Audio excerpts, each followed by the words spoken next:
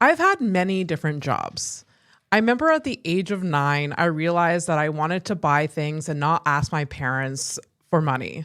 I needed my own source of income. I was 9 years old.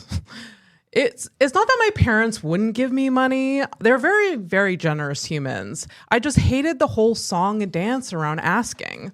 Something in my adult artistic lifestyle I've come to terms with.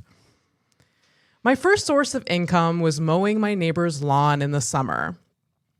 At the time, we lived in the village of Howick and not the farm where my parents live today. That sentence or contextual information means nothing to no one, but there you have it. The neighbor we had was an older couple in their 60s that had a number of different health problems. So little Abby Stonehouse was their hero that cut their lawn for $3. I remember them paying me in nickels, which now makes me feel sad and nostalgic. I was a terrible landscaper, if you will. I murdered lots of plants, and I was scared of the lawnmower most of the time. However, my dad allowed me to expand my business when he started paying me to mow his lawn. I used his lawnmower, his gas. He cranked the lawnmower most of the time for me, and he paid me. My first real job was at a gas station when I was 15 years old. It was a minimum wage job, and back then, minimum wage was less than $9. It was a horrific job, and I pumped gas for people that didn't want to touch the gas pump. I smelt like gasoline and sweat all the time. I worked there for 4 months and made my mom call and quit for me. Other jobs included working at a canteen at a campground making French fries. I worked at a depanneur, Blockbuster Video, and a lab tech in university.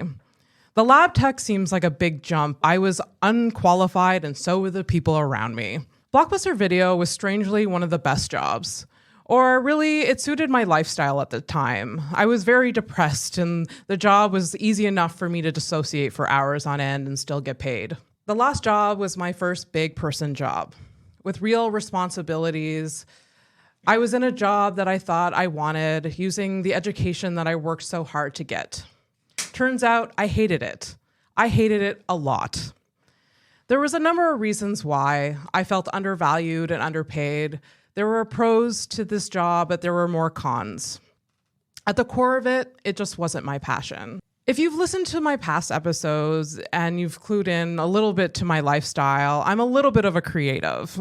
Understatement, I'm a lot of a creative. My whole life, I've suppressed that part of me. Earning money and taking the path to earn money was more of a priority in my brain. It was and will never actually lead to my happiness. Money helps, though. Don't get me wrong. I stress about money a lot. And having an abundance of money would solve a lot of my problems. I left my 9-to-5 about 18 months ago. I saved up some cash and had a year plan to get my life in order so I could just do what I loved. These past 18 months have been hella hard. I've had a lot of ups and downs, and I can say without a doubt that I've worked harder in the last 18 months than I ever have in my entire life. I have also never been happier.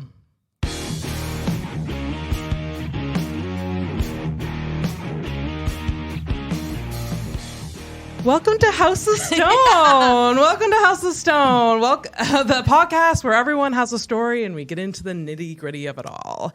Today, I have Mariam Khan with us today. I have a little bit of an intro for you. Oh. Yeah, Mariam is a comedian here in Montreal. She's also a producer of a new and exciting show called Mean Girls. She also was one of the producers involved with the Unknown Comedy Club, a series of virtual comedy shows that started up during the pandemic. She's kind, fiery, delightful, and hilarious. And I'm so happy to have you here. Oh my God, thanks for having me. Oh, no What problem. an intro. I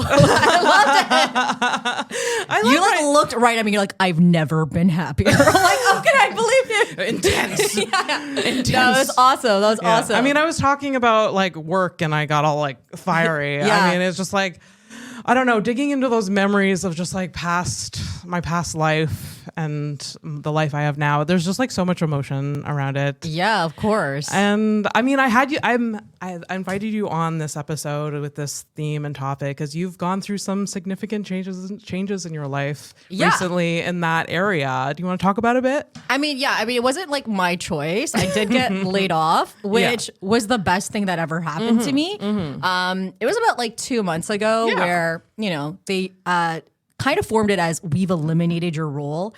And inside, I was like, thank you. Thank you so much. So what were you doing? What was... Oh, my goodness. I don't even know. You don't even know? What was your... No, I basically have always worked in sales. Yeah. So I was helping, like at my last job, we were doing virtual events. So I've always been in that space. Yeah. And I was helping selling like virtual events to associations. And then the role changed to me also selling like these... like new custom services that we had, which I didn't really understand what we were doing, which I think led to my firing. So this is a very hard question for me. But so, of course, they told me that, the role was eliminated because we just, didn't have a need for it. And to me, I took it as a sign, and I was like, I've always wanted to do my own thing. Like you, I kind of always rejected this creative side to me, dabbled in it, but never went full force. And now I'm just like, you know what? You got this. Like, I can do this. Yeah, you can absolutely do this. So like, how did you get into this position in your last job? Like, how long were you there for?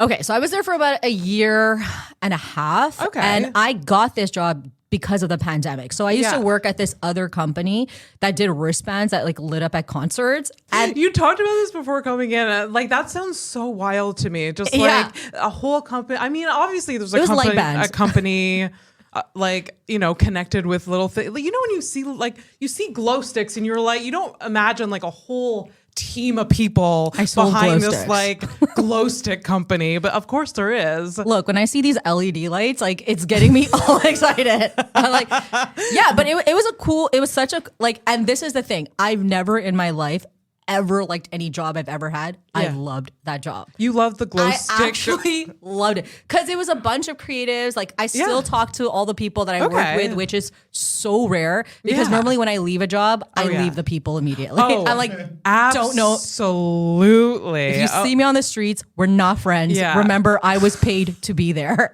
Absolutely. I am still friends with one person I used to work with. Yeah. But other than that, like, even like at my old job, they used to have like summer staff that came in. Okay. And like, they were all like sweet and we would like, get friendly. And then like literally like the day after they left, I'm like, I am never talking to these people ever again. I hear you. And they're so optimistic because they're like in university. It's like, we'll keep in touch. Yeah, exactly. Add me on LinkedIn, So you like the glow stick? I'm not calling it right. The LED company, like it was it worked on Bluetooth, but the thing is, it was a cool company. They had another division where they did like smart wearables. Okay. So it was cool, and I worked in that, but it was all the product sold at live events. So when the pandemic happened, like our revenue went to zero. Oh, right. Yeah. So it was really bad, and I knew it was going to be bad because the thing is, 90% of our clients were outside of Canada. Yeah. And so when like these big major events were calling us, like, and we signed a contract with them like 6 months out and they're like, we're going to cancel. Yeah. I remember freaking out, like calling my parents, this pandemic is really bad. Yeah. And everyone thought I was really nuts. Really? Even like... My brother was like, calm down. Like, okay. Yeah, because I saw major clients that would never cancel. I mean, you saw it from a different perspective. Exactly. For sure. Like these people that are canceling $1 million events. Yes, exactly. 6 months in advance. And they're like the largest. What did they know that we didn't know at the time? Yeah.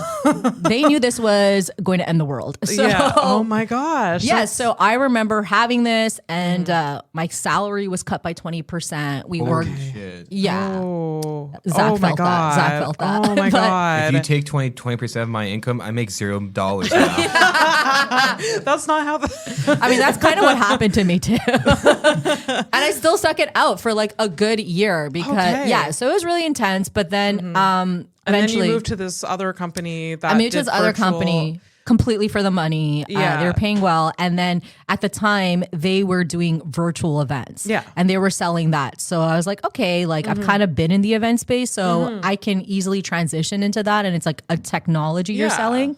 Yeah. So And I then w- you're also a performer and Yeah. producer, so that probably helped you get the position as well. No, they did not. No, they didn't look at any. I consider, okay, they were so old school. I had a nickname for them. I called them Windows 98 because that's how like But old they were school. selling virtual events. How are they like? I know. That doesn't make. It was like Windows 98 type of graphics. Like, Oh no. yeah. I maybe shouldn't be saying this in case they listen. I mean, we haven't said the name of the company. Yeah, we haven't, and we And will. you don't work there anymore. I don't work there anymore. Yeah. The scars are still there. Very yes. much so. Yes. No, so, but whatever. I mean, like they treated me Yeah. good, so I'm Yeah. not going to complain or anything. But passion went to negative 1,000. Yes. And then that's when actually Ronnie Ramsey, who's also a comedian in the city, Yeah. kind of reached out to me and was like, look, I'm doing these like virtual Zoom shows yeah. and I want you on board. Did he know that you were doing these events? Yeah, he knew Yeah. I was like in this world. He didn't know Okay. at like what capacity, and like we've known each other for years. So Yeah. and I've kind of been in and out of comedy. Like I was in comedy for like a good like 3-4 years. Then I Yeah. kind of just like would just do shows if anyone asked me, and Okay. eventually that went to zero. Like nobody wanted me. I was like, I'm not So really here. when did you start doing comedy? Like how many years ago? Oh my God. I think it was like 2013 or 2014. Yeah. Wow. So it's been a while. like I'm 9 old. years or so. 9 years. Yeah, I and know. you've taken I'm very these unaccomplished. breaks. Yeah, no, I was really like hardcore about it, but the scene was very different back then. And Yeah. my mentality was different. Like I didn't look at it like a business. I didn't look at it as work. I looked at it like as this is my hobby. Yeah, I I mean, would a love- lot of people do, and I don't think there's anything bad about Yeah. looking at it as a hobby. Especially like, I mean, I think there's a lot of people in the scene that take it as a hobby, but they're talented. I'm like, good, like you're adding something to the scene. But then there's the people that like definitely like make Yeah. it there. Well, that's it. I think at the time, like my actions were taking it as a hobby, but I was delusional and I was like, I'm gonna make it. Yeah, The number one thing. No, but you are very funny. oh, thank you. Yeah. No, so are you. Thank you. No, but like I just kind of didn't have a vision. Like I was just kind of going at it. Yeah. And which is fine too. But the thing is, I think that's what kind of, that's what kind of like made me kind of teeter off because Okay. I didn't see where this was going. And I wasn't, I also had a lot of fear. Like, Yes. I think if I'm really honest with myself, like I'm afraid to kind of, like it's one thing to be on stage and to be in that intimate environment. And then there's another thing to go online and to really ask for what you want and be Yes, like, and promote yourself. Promote and have, yourself. like that confidence. Like yeah, I mean, exactly. I know from experience, I definitely battle like, oh, am I a hack? Like, are people like judging me? Like, do I have like, and I have to like just like quiet those voices and listen to my confident side of me, or Fernando would say my narcissist side of me, and just be like, he's nodding his head, and be like, no, you got this, like like you're funny, like people like you. It's a mantra. But it's hard. It's a hard balance. It really is hard. It's so hard. It's the worst. Like to promote yourself, it's torturous. So a little bit. You yeah. do get used to it. that's it. To a It's certain like you extent. build a momentum with and then practice, you yeah. kind of are able to disassociate like Yeah. promoting me versus being like, I just need to make butts and seats here. I need Yeah. to make money because Yeah. I don't have a backup plan now. Oh yeah, So absolutely. So Rodney reached out to you. Let's backtrack a little to help you with these virtual events. So like for those of you that don't know, like the virtual shows were called the Unknown Comedy Club. yes. Which I think they still do like some corporate stuff They and just like it's built still a VR room. Yeah. they just Yeah. built in like what's the app called? It's on Horizon. So if you have a VR set, if Yeah. you go into Horizon, now like Unknown Comedy Club has its own like comedy club. It like actually feels like a It has comedy. two Yeah. rooms, right? yeah. It has one comedy room, but there's multiple rooms That's inside the club. wild. Yeah. The whole VR world is terrifying to me just because I'm just not really a technology person. And like, have you performed like in virtual reality? I have. It's really trippy. It's really trippy, and it's so cool. So just to backtrack a little bit, when I started doing these Zoom shows, the club, it's called Unknown Comedy Club. I started hosting a weekly show. Yeah, and the beta show, which I was on a few times. I loved it. Yeah, it was so fun. It's a lot of fun, and what I like, it was so, and a lot of people like completely hated Zoom shows, and I understand that because it is a different skill. Like, it's different. You get something very different out of it than you do live. 100%. Like, so I mean, there was definitely like, when I went into it, there's sometimes like I would be booked for a virtual show and be like, oh, like, but then you get something, you just have to put a different mindset into it. Like, you're just there to just say material, really, because you're not going to get that like feedback, really. Exactly. I mean, one thing I keep interrupting you, but no. One thing I liked about Rodney's like concept, or like the Unknown Comedy Club concept, is that like everyone, they like kind of enforce like microphones on, video on, just so like we see and hear. I mean, some people didn't listen or whatever, but that's I really like that. Or like other Zoom shows, it was just like performing to nothing. It was oh my god, it's quiet. torturous. Yeah, and like I often joke sometimes when the real life audiences are dead, I let them know, like, I did Zoom shows where people would turn their cameras off and turn their and mics this off. was worse. And you guys, and they have more energy than you. That's what I went.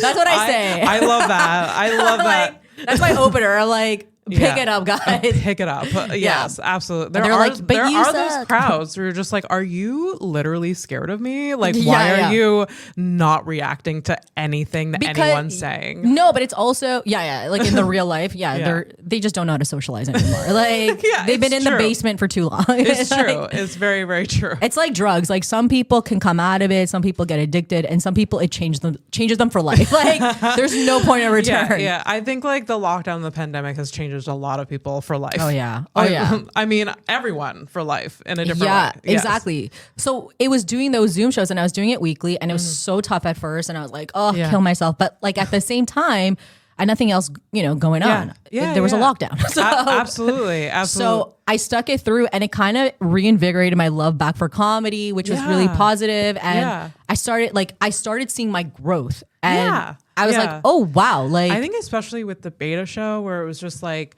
you and Linda, who was like co-producing, like really enforced, like, it's a place to just like try things, just suss things out. You didn't like, it was just like anything kind of goes, like, don't really like, it wasn't like you had to like, it wasn't like high pressure. And I think that was like the comfy space about the beta show, is because like, I don't know, sometimes with some shows and virtual shows, especially like during the pandemic, you're like, okay, this is the only time I have, like, I can do comedy in a while, where it's just like, no, beta show, like, you can just like try things out, like try things have you written in the last, if you want to share slides, like you could do be experimental. That's what it was, like beta testing, not like beta males.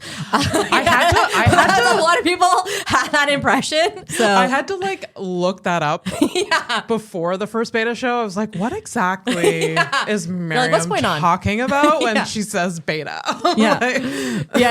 That was the whole concept of that. And then we ended up like stopping, because like obviously live shows are so much better. But I mean, they have their own niche. But what I loved about it is that you get to book comedians from all different parts of the country. That's what I loved. We had comedians in England. You know what started getting really crazy? We started getting like comedians in the Middle East that don't have a stand-up scene, and they're just stand-up fans. For real? We had someone from like Cyprus. We had someone from like, it was nuts. And I was like, yeah, sure, you can come and do the show. Yeah. And that guy like killed it. And he was just like, so funny. That's I'm this lone ranger. I love stand-up, but there's no scene here. So that's a thing. Like, for every negative, there are other positive stuff that come out of it. Absolutely. It's definitely like what I liked about doing virtual shows is meeting these other comedians from, especially like, I think I met a lot more Toronto comedians because I mean, from the beta show, like and Rodney had a lot of connections with people from Toronto. So like I got to meet these comedians that like I normally like I would have to go to Toronto to meet. And that was really, really cool. I loved that. And yeah, because the unknown is not just with Rodney. I also work with Daniel Woodrow, who's a very established comedian in Toronto. I love Daniel. He's awesome. Amazing. Yeah. So now I work with those two like exclusively. So yeah, like Daniel is a very established comedian. He knows a lot of top comedians in Toronto. Yeah, he's been on CTV Roast Battle, I believe. Yeah, like, exactly. He was in Montreal, I guess this time last year. He's also here now. He's here now. Yeah, okay. yeah. But I think he's like gonna be leaving soon. So, but he was at the Nest. He was. He was at the Nest. Okay, cool. Yeah, like it was this time last year that I did a show with him, like at Theater St. Catherine, and I thought like I only met him virtually. It was like it's been such a weird experience since the pandemic, where just like I've met you so many times, but now I'm seeing you in person. I know. It's very interesting. It's really cool. Like, are you nervous to meet me? I was nervous to meet Daniel. He's like he's such a rock star. I know, but you try to reverse it. Like you're nervous.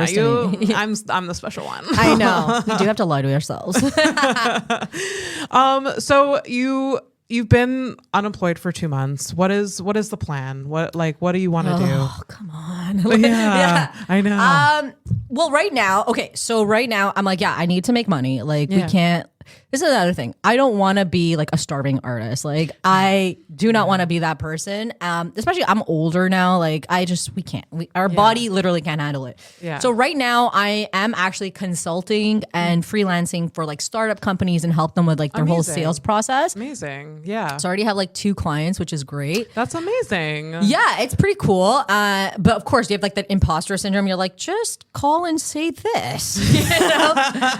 Only $150 an hour. You know, try to play it like a therapist, but I like call that faking it till you make it. Yeah. And I've been doing that for years. I know. Years. Like I have been underqualified for most of my jobs. Yeah, of course. And I'm just like, I know how to do that. I'm just like Google how to do things, or just like, how much should I charge for this? Yeah, I think they have this term now that everyone's saying called quiet quitting. I've heard that. Yeah, so it's a term where it's basically all these employers that are noticing their employees do the minimum amount of work while still getting paid, which is what I call a dream job. Like, what's the problem here? You know, because there's also been like quiet paying salaries, right? Where employers just pay the minimum and maximize the amount their like employees can meet. I'm like, it's time for this revolution. I think it's time. I think managers sometimes do such a terrible job at like creating a job description and then fitting that job description this job description with this person's salary. It's just like they're like they end up like at the end, I don't know, this person who's like sometimes desperate for a job will like go into a job and like, okay, I can do this. And then they throw on task and then like they don't get compensated extra. So like, or you're doing like 2-3 hours extra work and they're like, well, we paid you salary. It's like, and it'll be trash amount. And it's like, the taxes is crazy. Yeah. One of the turning into an anarchist here. Revelations I had recently. I took on a contract for about 6 weeks, and I proposed like the amount I wanted an hour, and then I kind of knew that they had it in their budget, but I like kind of was like, oh, they might like be like, okay, we can only afford this or something. I had like a revelation. I was like, okay, if they can only offer me this amount, like a lower amount, I'm only going to work this amount an hour. Exactly. Like, it's kind of like quiet quitting in a way-ish. Not really. I don't know why they call it quiet quitting. It's like it's just life. Working for the amount that you are like getting paid for. So like, exactly. Like say like if I wanted, like $35 an hour, like, and they only paid me $25, it's like, okay, well, I'm working $25 an hour worth of work. That's it. And I think a lot of people don't really realize that they can do that for sure. Yeah. Or say no to things, or put on boundaries, which I know some bosses will take advantage. Fight and take advantage. Of course. But those are bad bosses. We know those trash human beings. Yes, exactly. And that's what I love. Like, that's what I love about the pandemic. It's brought that, and it's like, it's not acceptable anymore to kind of like treat me however you want. Yeah. And also, like with this whole remote work, it's like I realize I am now in a place where I have the skills to do things on my own, and why not do absolutely. it? And I also really want to work with dope people like you and create something. Like I don't, absolutely. like I have no intention. I don't have it in me to like want to be alone. But like that's not the point. But I want to work with people and just create. So it's like absolutely. I don't want to like do. I can't, like we were saying before we recorded. Like I love kind of delegating to other people because they. I mean, I know my skill set. I know what I'm good at. And like, I want to be able to incorporate other people and like have that mindset. Like, okay, like I want to like build together. I want to build something 100%. together and not just be like this person alone on whatever.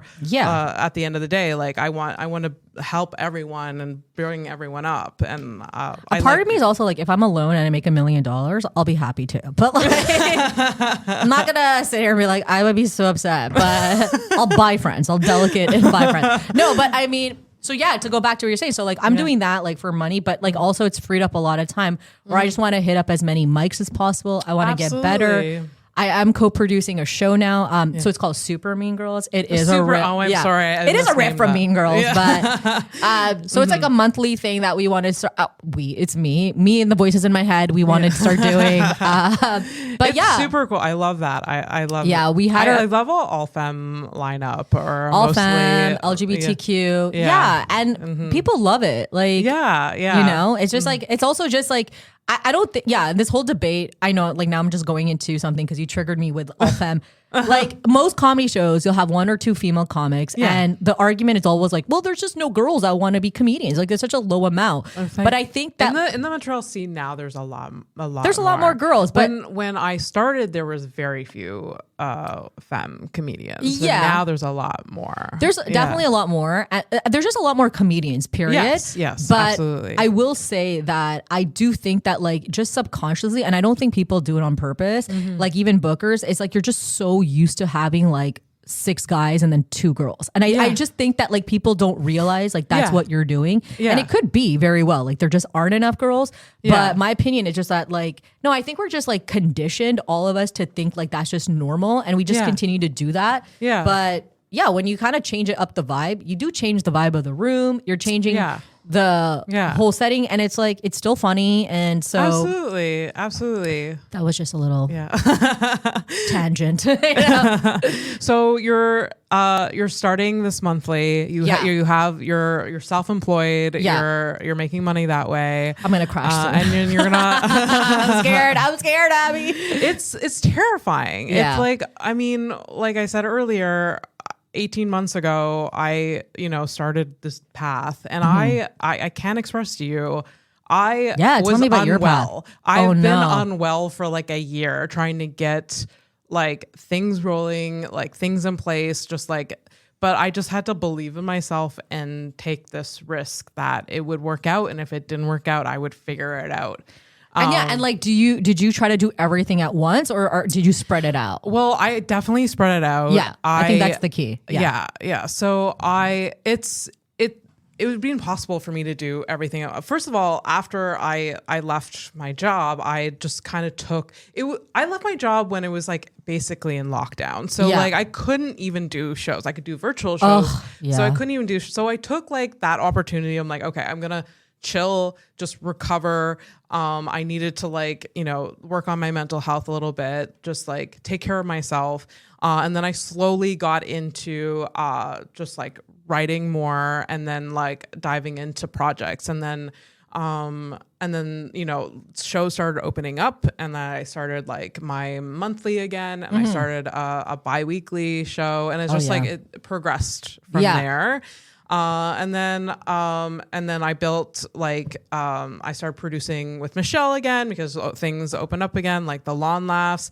And then I started working on this project. So it was very like a slow, like just building on things. But it's like, it's not, you say it's slow, but then it's like a year's already passed. A year's already passed, and then 18 months, that's what you said, right? Yeah. And like 18 months already passed, and I have worked really, really hard, but I knew I couldn't, like things aren't going to happen overnight Right. for any of it. Like Exactly. and so it's everything. It's not about the end goal. It's like about like the little things that you Yeah. do, like to build on to your ultimate goal that you're working towards. And are you like me where you're like deep down and you're not proud of this, but deep down your fantasy is still to just like marry rich and have someone pay for everything?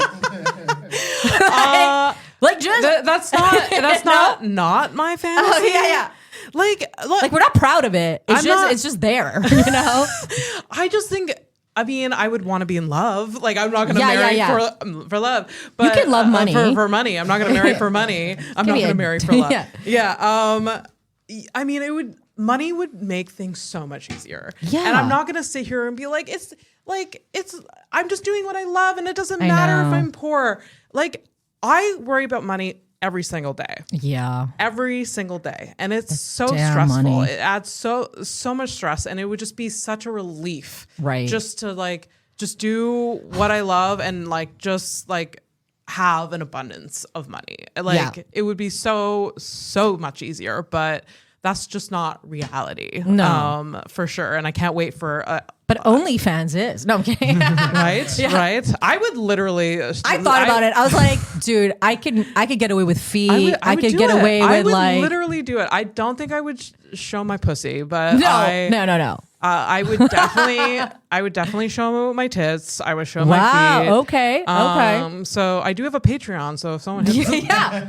sign up for Some that, and suggestions. convince me into something. I don't know. I know. Like you just hear the amount of money these people are making from OnlyFans, and you're like, the pandemic has been great in a lot of ways, man. Oh my god! Did the OnlyFans exist before the pandemic? Yeah. Okay, but it didn't have knew its you boom. know the Yeah, answer. exactly. There was- Yes. Well, there was like that like little controversy a little bit where OnlyFans there was like some credit card companies wanted to drop OnlyFans as accepting payments from them, right? Yeah. I heard about this. Because like there was like I forget the exact reason, but I remember because of that a bunch of other companies also opened up too. Yeah. So there's like a bunch of different types of OnlyFans now. Oh, okay. Yeah. So Interesting. I work. Yeah, they accept Bitcoin. Like there was that. I work for a company that kind of is like OnlyFans. Oh, self promotion is Yeah. coming. Okay. Interesting. No, but I mean, like, it's just, like, that's another thing. Yeah. That's wild. But no, Yeah. like, when I had actually, like, knock on wood, I'm finally in a place where I'm doing better. And also, when I got laid off, the company was good. I can't, like, be completely shitting on them, but Yeah. they ended up giving me like a 2-month like severance pay, so That's that's helped. amazing. And then That's so I also good. was able to get like 2 clients. I'm getting unemployment. Okay. Oh wait a minute, I shouldn't be saying this. I didn't get paid yet. I did not get paid from my clients yet, so I can Wait, still give me a second. I'm just gonna It's fine. edit this out. Yeah. Oopsies. No, but like I didn't get paid yet, yeah. which is true. But it's like, it's not doom and gloom. And at the end of the day, yeah, I think it's like that confidence thing where it's like now I feel like, it's not even faking it. It's like, no, I am, Yeah. older now. I have a lot of experience. I can do this. And Yeah. honestly, you know what's else is inspiring? Seeing a bunch of hacks Yeah. really believing in themselves, but not faking it. They actually believe in themselves. They do. And you're like, They're don't. sweet baby angels. Like They're not sweet baby angels. they're- They're like psychopaths that will destroy the planet Earth, because there's too much delusion happening. I know there's a lot of delusion. There's a lot, in this and- world. Yeah. But I mean, I like how it makes them happy, I guess. But it's just it's not. You're great. a way better person than I am. I wish them death, I want them gone. I want them gone. No, but like there's a lot of delusion happening around us, and it's like they're going for it and they're actually winning, and you're like, what? Yeah. So that is also So imagine what you could do. Someone that's not a hack and has halfway hack, yeah. experience. And, Yeah, exactly. There's things like I how far you can go. Like you got to Exactly. believe in yourself. You got to believe in what you actually are capable of and just do it. Yeah. And like you said, delegate. Like if you don't know, it's like, I just don't know. And I also don't care. So like sometimes you have to care. Like I think it's another there's nothing pressure. wrong with delegating things and like being honest with me. Like I'm not going to be good at this, or I don't Exactly. know how to do this. Like, please help me. Like Yeah. you should like reach out to like other people and network and like be like, I want to do this. I have this idea. Like, what do you think? And like, sometimes like I feel like in the artist scene, like we have this like scarcity mindset that like, I know. oh, like I have to keep this to myself, and but no, like get everyone involved. Like I don't know. Yeah, I agree because it makes the scene better. I mean, like, you saw this with like Rodney. It was like he got like other people involved, and it just like it blew up. So it's really, really cool. Yeah, and it is cool because like now if I go to other cities, like now I just know people there, and I'm like I went to San Francisco recently too, and like there's people that did the Zoom show that were from San Fran, and they like connected me with folks to do stand up there. So like that's amazing. Yeah, so it has a lot of ways of paying back, and I definitely think that like, you know, in a community of artists, like I feel like the more we help each other, the more we're like encouraging each other to do this, and the better the scene gets. It will get so much better. You know, like if you're trying to hide everything for yourself or just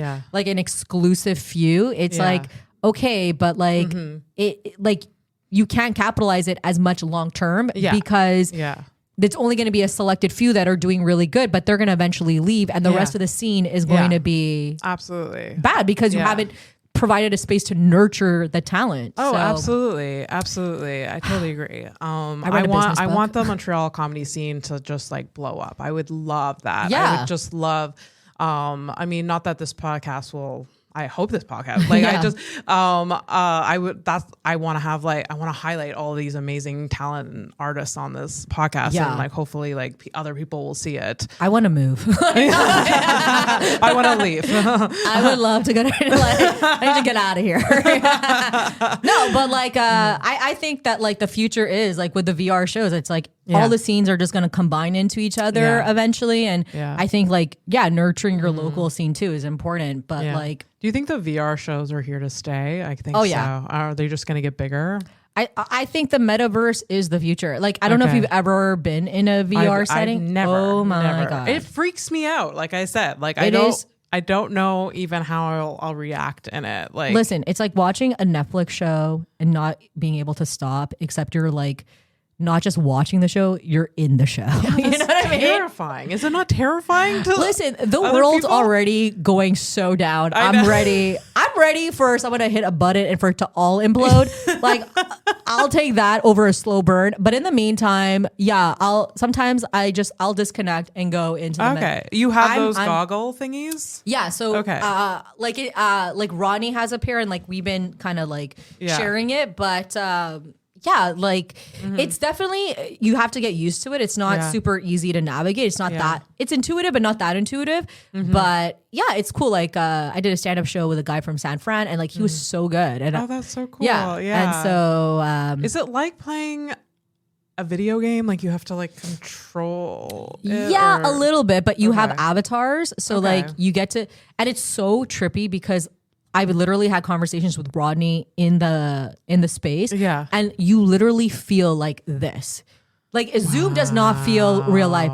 That feels very real life. Like even with the audience, like they have access to emojis that they can like start, doing. And it's like, it feels like you're in a real room. That's like it doesn't. So cool. That's cool but terrifying. Cool but terrifying. Yeah. But the hardest part of getting used to it is like I'm very nauseous. So like they has that like they have motion sickness. Like so they haven't dealt with that situation. But okay. Just pop a gravel, get in there. So what was one of your favorite jobs that you've ever had? Okay, so there was that job that I mentioned. That was amazing. But like actually a job I had during like my CJEP years. Okay. I used to work at this spa as a receptionist. Oh, I love a spa. I'm such a spa bitch. Like oh my God. That's why I need money. I need to go to spas. Listen, I became a woman at that point. No, I'm not kidding. I'm not kidding. So funny. I've developed into a woman. I knew how to put makeup on. Like I learned how to like take care of myself. Okay. So self-care. I would become friends with the estheticians and like the manicurists and like because I was booking appointments. So if I would give them like good clients, they'd be like, "We'll give you a facial." Like we would exchange services. They would give me mani-pedis. And there was a hair salon, and oh my God. And I worked with friends. That was the best part. Amazing. And we were quite disastrous. Like, what do you mean?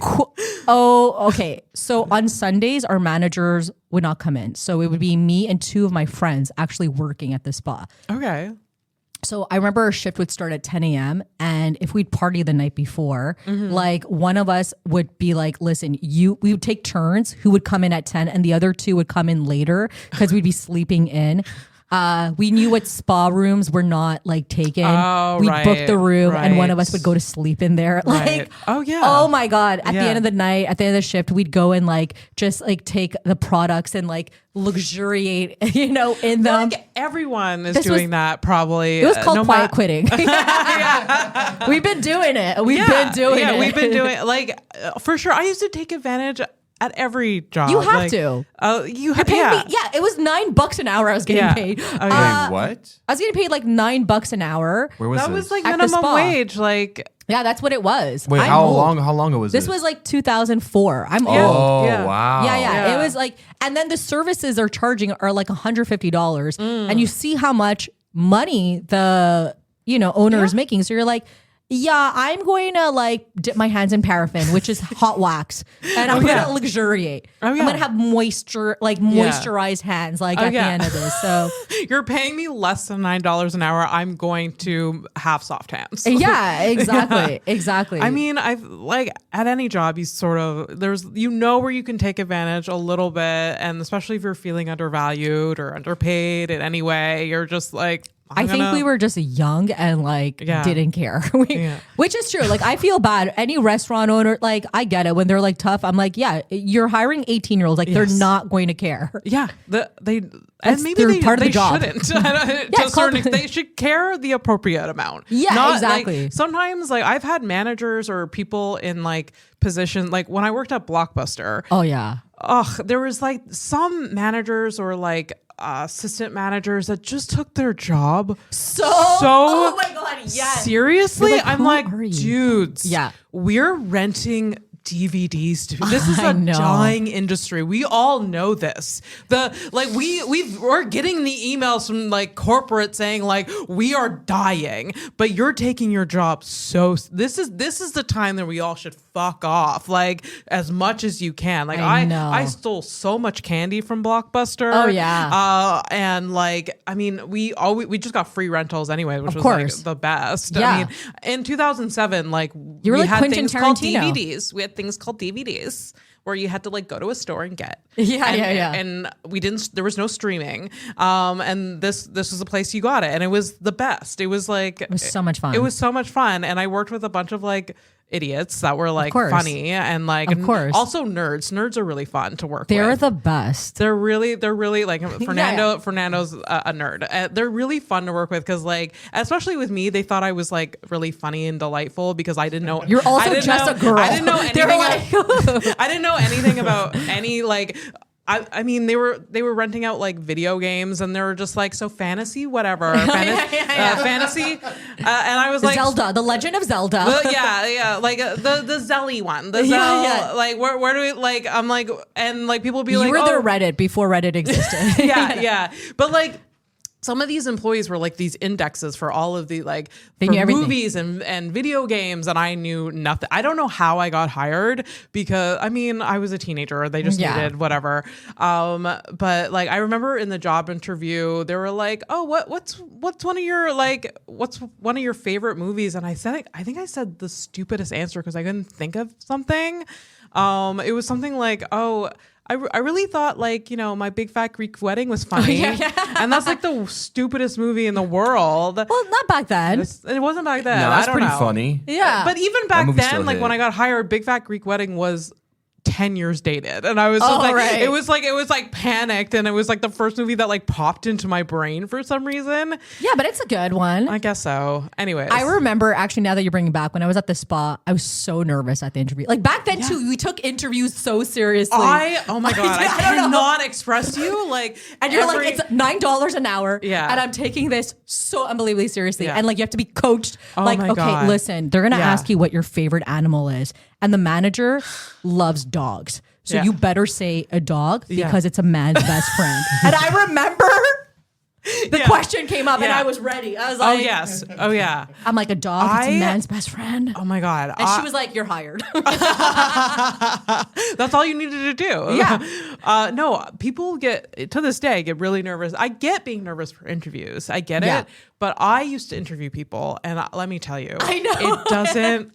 We don't care. We don't care. I know. We don't Just care. be real. Just be real. Anytime I've interviewed someone, we were desperate for someone. Yeah. So you literally Have the power. Like you have the power. I know. You have complete. And I think in any interview, if I have to be interviewed again, I will have that mindset. Like, Exactly. no, you need to sell your company to me. It's not like me selling. That's it. Listen, I'm going to be quiet quitting a lot at your work. So you better convince me not that yes. to. Yeah. So we do have to like kind of go like we're wrapping up a bit. We do still have a little bit of time. But I wanted to ask why did you get into comedy for the first place? Oh man. Well, you know what? In high school, I remember like being really part of like a lot of girl groups. Like I was like in the girl group. Like I loved it, you know? Yeah. I wasn't a popular girl, but I just had a lot of friends, you know? Okay. Yeah. And I was always like the funny one. I loved entertaining. And then long story short, I remember this isn't the first time I was like discovering myself what I wanted to do in life. Yeah. I volunteered for this like publishing company that gave free media passes if you interview people in the city. Like you get free passes to like music concerts. And one of them was for JFL. Oh my gosh. And I got to interview like some comedians. That's amazing. But the thing is, I was so green and I would go up to every comedian and I was like, look, I don't even care about this interview. I was like, I'm just here for the free show and I think you're really talented. And my interviews were atrocious, okay? Because what did they do with this footage? Or, oh my God, I made sure they were destroyed. Like, no, they were how did they track bad. that you were interviewing these people? Like, well, the thing is, like, they just would give media passes, and so, but one of the PR people at JFL took me aside and was like, "What are you doing? Like, you have to take like." Why are you telling them that you're just a fan and you're here for free shows? Like, this is how wrong I was doing it. okay. So long story short, I ended up recognizing one comedian and I was like, oh my God, I think you did like David Letterman and I want to interview you. Yeah. And he was like, okay, come to like one of my New Faces like shows and then we'll interview afterwards. Yeah. I didn't realize it was an industry show only. So it was it was like a all black room, maybe 20 people in the room. Okay. And nobody was laughing at any of the comedians that were up. Like it was so taken seriously, like notes. They were writing notes. And I was like, and I'm just there like a fan. I'm just Mariam there as a fan. Like I don't have a care in the world. And I'm like, what the hell is going on? And these are like mega comedians that are huge now. Yeah. Bombing. Like one of them who was actually really big. I remember, no, I can't say names now. Why? I'll tell you the names. But the guy was sweating so profusely, nose sweat drip, okay? And I remember being like, oh my God, this is the best? Like what? But did you know you didn't know these people at the time? I knew one of them because I had seen him and he killed it. Like he did really well. Another one, I will say Andrew Schultz was on that lineup and he murdered. And I remember like, yeah, and it was Chris DiStefano. He was the one that I was like supposed to interview. And then my camera person didn't come. So it looked all really, again, I just was unprofessional throughout the whole time.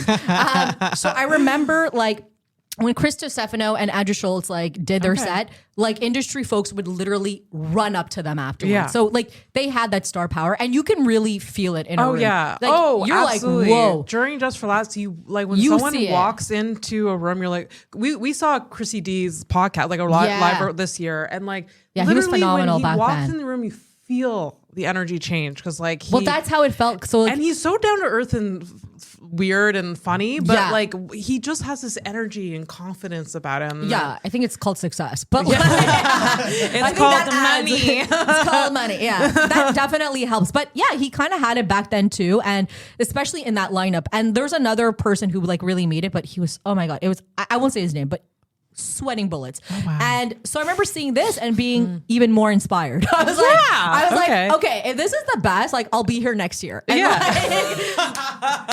but I remember just being like, if all I ever make it as a like comedian or a creative is writing a really shitty movie script that makes millions of dollars, I'll go for it because only this is how delusional I was. Speaking of the delusional people, I was one of them. But I remember being like, you know, like do it and go for it. But then, you know. So you That's did what these like inspired you did these interviews to get like these passes. I just wanted to go free shows. That's it. I was like, oh shit, yeah. And then after that you started doing comedy, or was it I think I did it once before. Okay. And so it was like a universal sign, like, oh my God, now I want to try and see this. And I done it once before and then never did it again. And then I did the interviews, went to New Faces. Yeah. It was atrocious. And I was like, I'm down. I'm down. And then, I've definitely I never made it.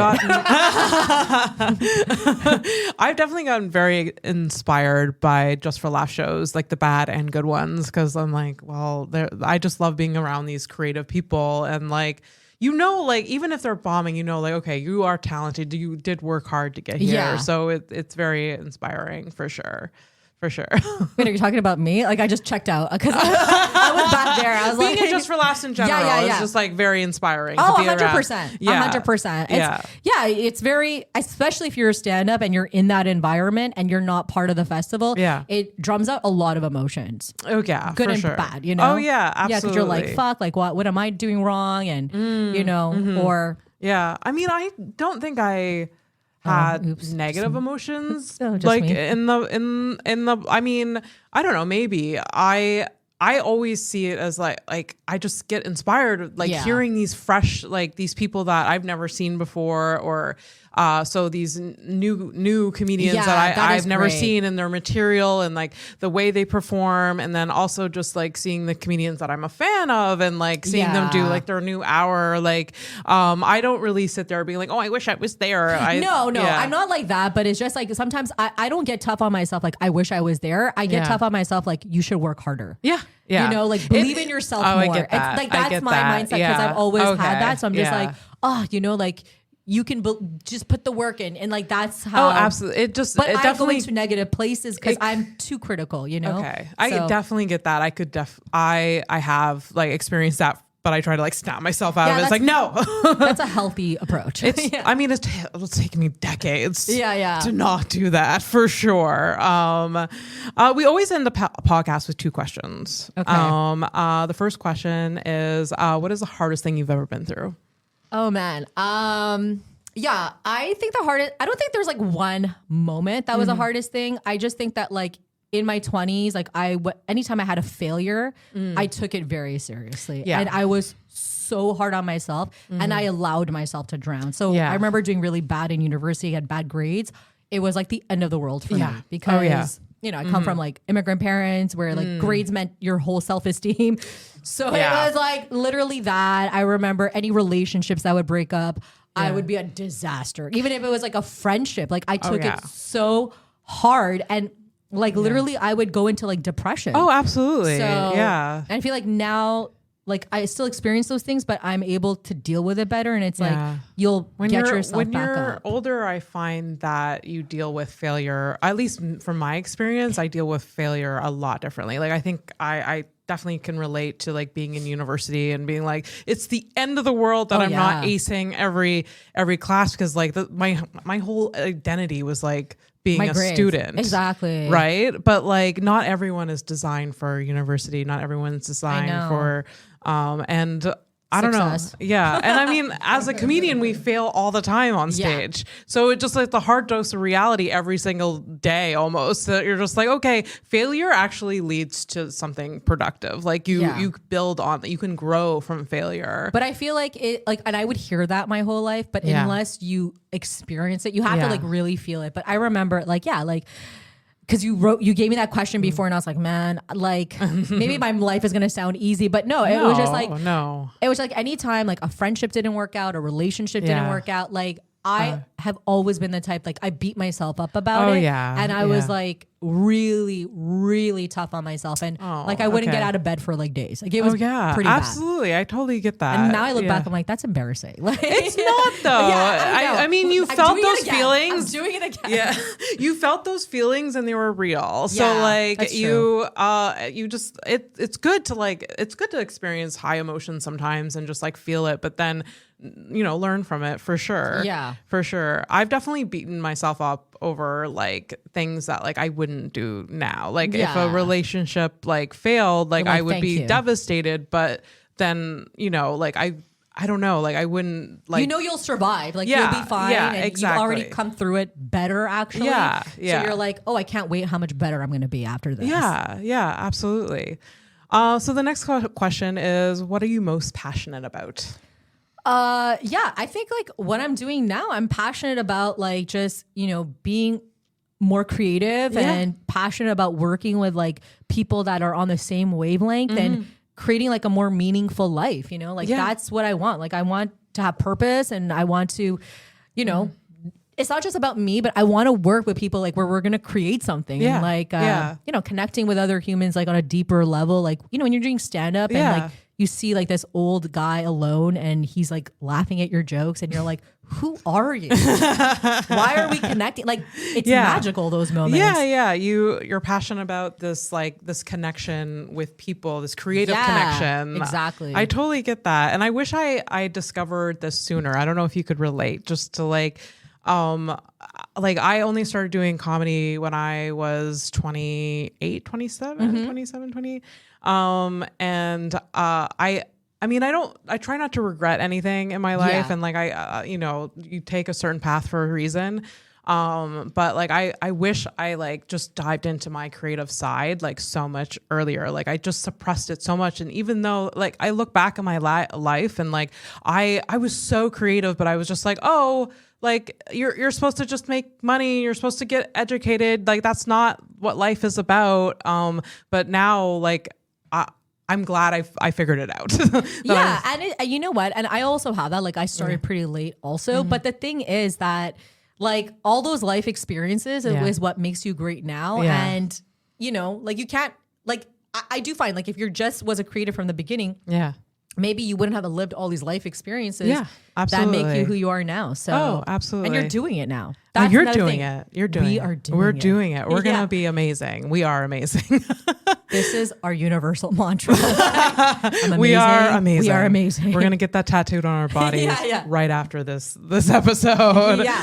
Thank you so much for being here. Oh, thank you for having you were me. the best. I wish you all the luck with your. thank you, I Abby. believe in you so much. You're gonna be amazing, and I'm so glad that last job laid you off because you can Yes. be part of this world fully, and we can see such amazing things come out of you. Thank you so much for having me. I was so happy when you asked me. I was like, Of course. yes. And I listened to this pod. I think you're an incredible writer. And thank you. Yeah, I can't wait to see like where you go from this. I mean, I Don't forget obviously me. wanted you. I Let obviously, me open for you when you make it. I obviously wanted you on because I mean, you're a delight to talk to. You're just amazing. I love you. you. You're great. Look at this. All right. Well, thank you again. Hey. I want to thank, who do I want to thank? Oh my gosh. The funders, the sponsor, Pentelis Comedy Studios, Zach Kick, as always, Fernando. The listeners, please like, subscribe, follow me on Patreon. I'll send you some feet pics. Yeah. Let's make some money. Let's make some money. All right. Thank you so much. Yay.